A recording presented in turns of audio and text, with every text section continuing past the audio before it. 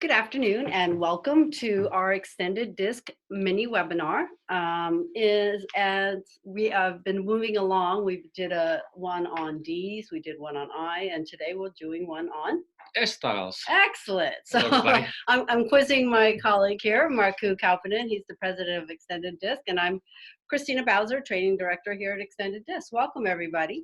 Welcome, Christina. Good to have you back. I know you had a vacation in San Francisco. Yep, we were just talking about it. It's hard to be back. Time zones.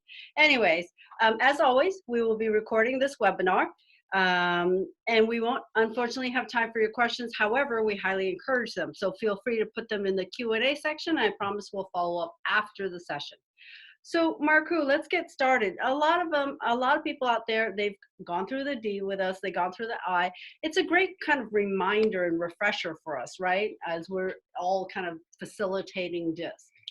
One thing we always talk about when it comes to DISC is that it makes no value judgments of any kind. There is no good or bad style, no high or low scores, simply different behavioral preferences.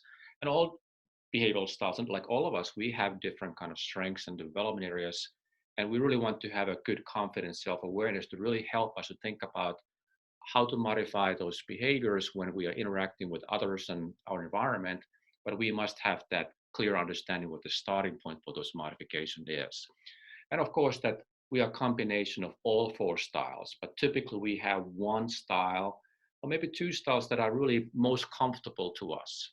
And there's others that are not as comfortable, but we have to look at all of the four styles and the relationship among those four styles to really have a full understanding of who the person is. Yeah, and I agree with you. I think for those of you that have already gone through this series, you've heard us say this over and over again because these are really critical takeaways. We don't ever want a person to make sole decisions based on your DISC results because it doesn't give you the overall picture of who that person is. We always emphasize that this is a behavioral assessment. We're focused on your behaviors because, as we say, it's something about us that we can make adjustments to. Yes, and while DISC is wonderful from a standpoint that it's simple and user friendly, but I think we have to be careful not to oversimplify the model to a point where we say that we are one of the four styles. Like, for example, S style is my most comfortable style, but you should not say Marcus S style only because that would miss a lot of information and a lot of aspects of who I am as a human being and what are my behavioral preferences. Exactly. So let's get into S styles right now. So just if you look at the diamond, you remember that with DISC there are four main styles, and S style is on the reserved left half, meaning that pace wise a little bit, they prefer things to kind of be slower so they can kind of filter. They want a little more detail. They prefer the here and now. But S styles, unlike the task-oriented C and D styles, are people-oriented. So they like to focus on people. Yeah, just like I styles, they love to be around people, but the difference is that I styles like to be around all kinds of people and almost everybody. S styles tend to prefer to be around people who are familiar to them, of course, friends, family, the work. They love working with teams because they love the interaction with others and also support they can get from others and they can provide it to others. They feel comfortable in that kind of a sort of small group, small team environment. So let's give a little overview, or for a lot of you, just kind of a refresher on S styles. So when you look at S styles, everyone has energy. We are all four styles, but for the S style who's more reserved, that energy typically isn't so much on the surface. So we see them as kind of easygoing. They're kind of calm and amiable. There are steady eddies, I say.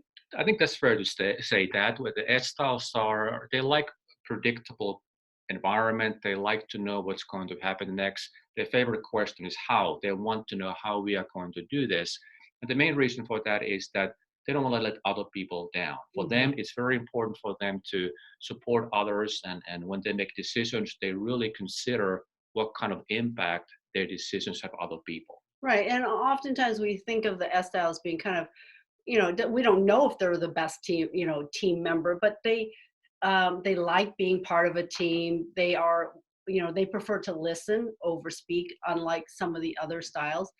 They want to hear people's viewpoints. So sometimes they're slower in making decisions because they want to take the time to get all that information to make the best decision. Yeah, I think one of the misunderstandings about S styles is that they cannot make decisions. They can make decisions, but they tend to be slower, like you said, because they take into consideration what kind of impact that decision has on other people. Exactly. So, we're not going to read everyone, but let me just kind of highlight a few. As Marku already mentioned, S styles are your people oriented styles, but because they're more reserved, they prefer to focus on familiar people. When they're under pressure, they can become too accommodating, right? They're the ones that, even though they may say no, we talked about the emotional bank account once, didn't we? Yeah, well, one thing about S styles is that because they want to help others, the concept of emotional bank account is that you need to make deposits if you are planning to make withdrawals. Works the same for S style, but you get one additional feature, and that's called overdraft protection. So He's a banker by training. so so if you forget to make those deposits and you kind of take more from the S style individual, it is okay, but you have to be very careful about not to exceed your credit limit. You can't go too far and you can't take advantage of an S style, because what will happen if you go too far, not only is your overdraft protection gone, your account is permanently closed. S style can become very D-like in a way, very assertive when they feel that, okay, this has gone too far.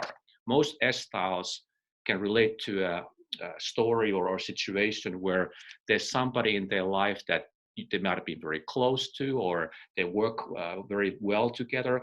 But at some point, S style just had enough, and that S style will not have any interaction with that person ever again. Yeah, once it's closed, it's closed. It's closed forever. So in terms of just some highlights on identifying S styles, like I said, they're usually calm on the surface. They're not easily excitable. They can be indecisive, but again, sometimes that could be a misperception, as we pointed out earlier. Mm-hmm. They're your listeners. In fact, they're your active listeners. They're the ones that tend to nod their head when you're talking to them, as Marku is nodding his head right now. It doesn't mean that he's totally agreeing with me, but he's telling me that he's listening to me. We think of the S style as, oh, they're people oriented, right? They are, but again, because we're more reserved, they actually prefer their own personal space. Unlike the more, the I style, who doesn't always have that concept of personal space. They're going to want to think about it.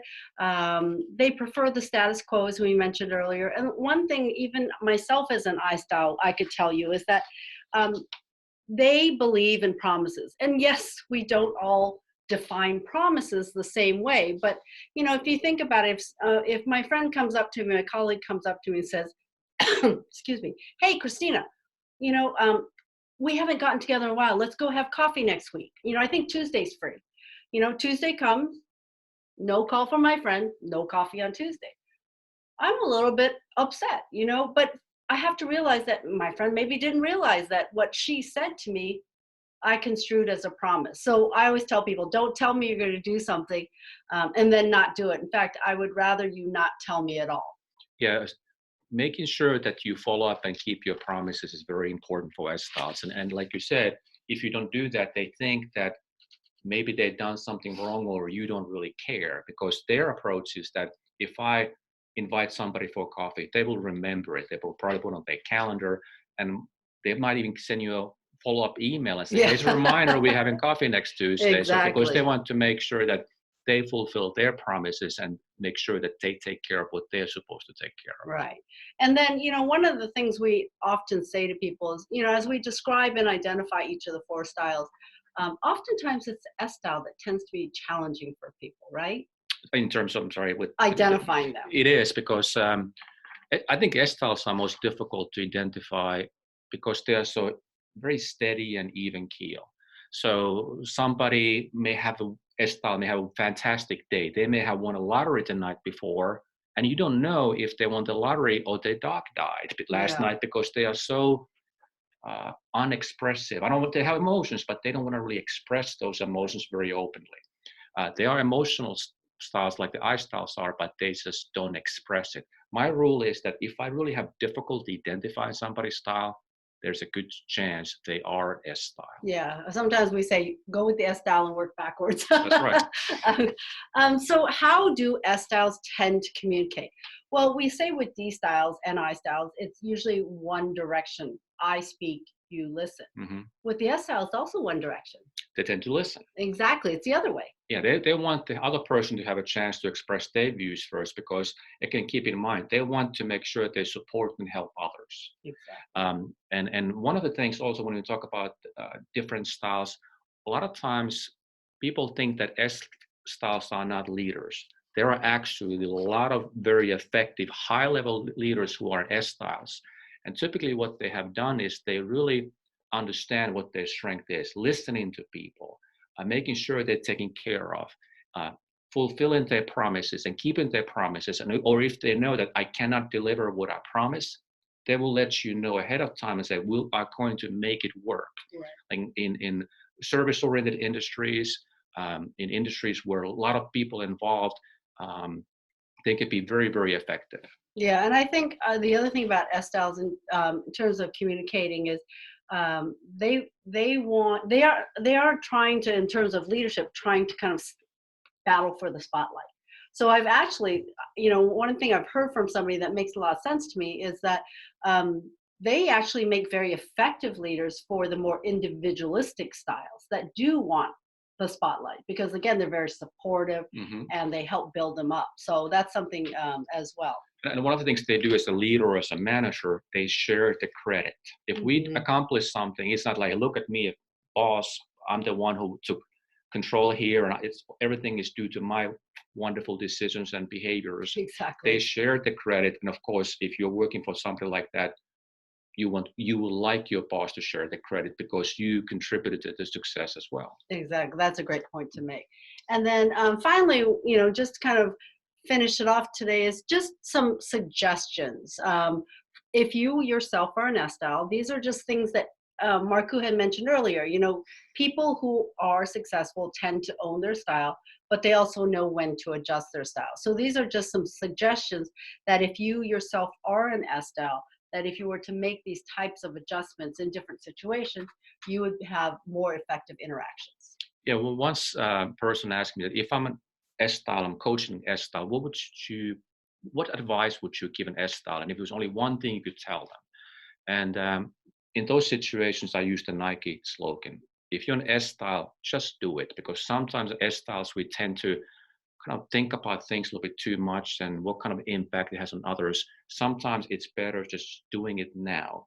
We are not going to be perfect every time, but often it helps to actually take actions a little bit quicker. Not always, but often it does. It does. Well, anything here that stands out to you as well? I think that's great. I mean, that's honestly, as an ESTA, that's something I remember at one specific point in my life saying, I don't want to wait till everyone else raises their hand. I'm just going to do it. So I totally connect to that. That wasn't natural for me, Hmm.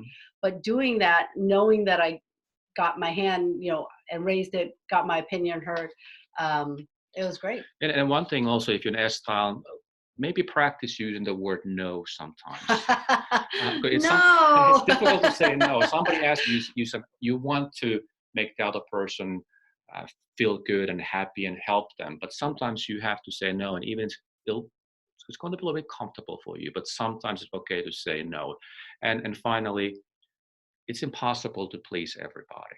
Sometimes S styles try to do it, and when you try to please everybody, typically you tend to fail. And my one tip to add on to Marcuse is that um, sometimes it's important to own your own successes, and as S styles tend to be more modest, and by taking care of yourself, in the end you also are taking care and making it more successful for your team as a whole. That's a great point. S styles often forget to celebrate their successes. Mhm. All right, so thank you guys for joining us today. We will be recording this webinar if you just need to review it or share it. We have other webinars recorded on Sstyles as well as all the other Sstyles. So reach out to us if you're interested. Next week, we're just going to take a little bit of a break from our series on DIS and C. We're going to be doing a webinar on understanding our own DIS style. If you know about the 4 steps to effective communication, this is step 2. And this will be approved for 1 recertification unit for SHRM as well as HRCI.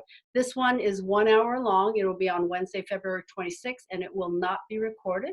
You can go to extendeddis.org, and on the top right-hand corner, you will see an events tab. Click there, and you will see all of the upcoming events, webinars, and as always, if you can make the date, make sure that you enroll because we'll send you a recording. And one last thing, we're going to be at a Training 2020 conference expo next week in Orlando. So if you happen to be there, please stop by and say hello.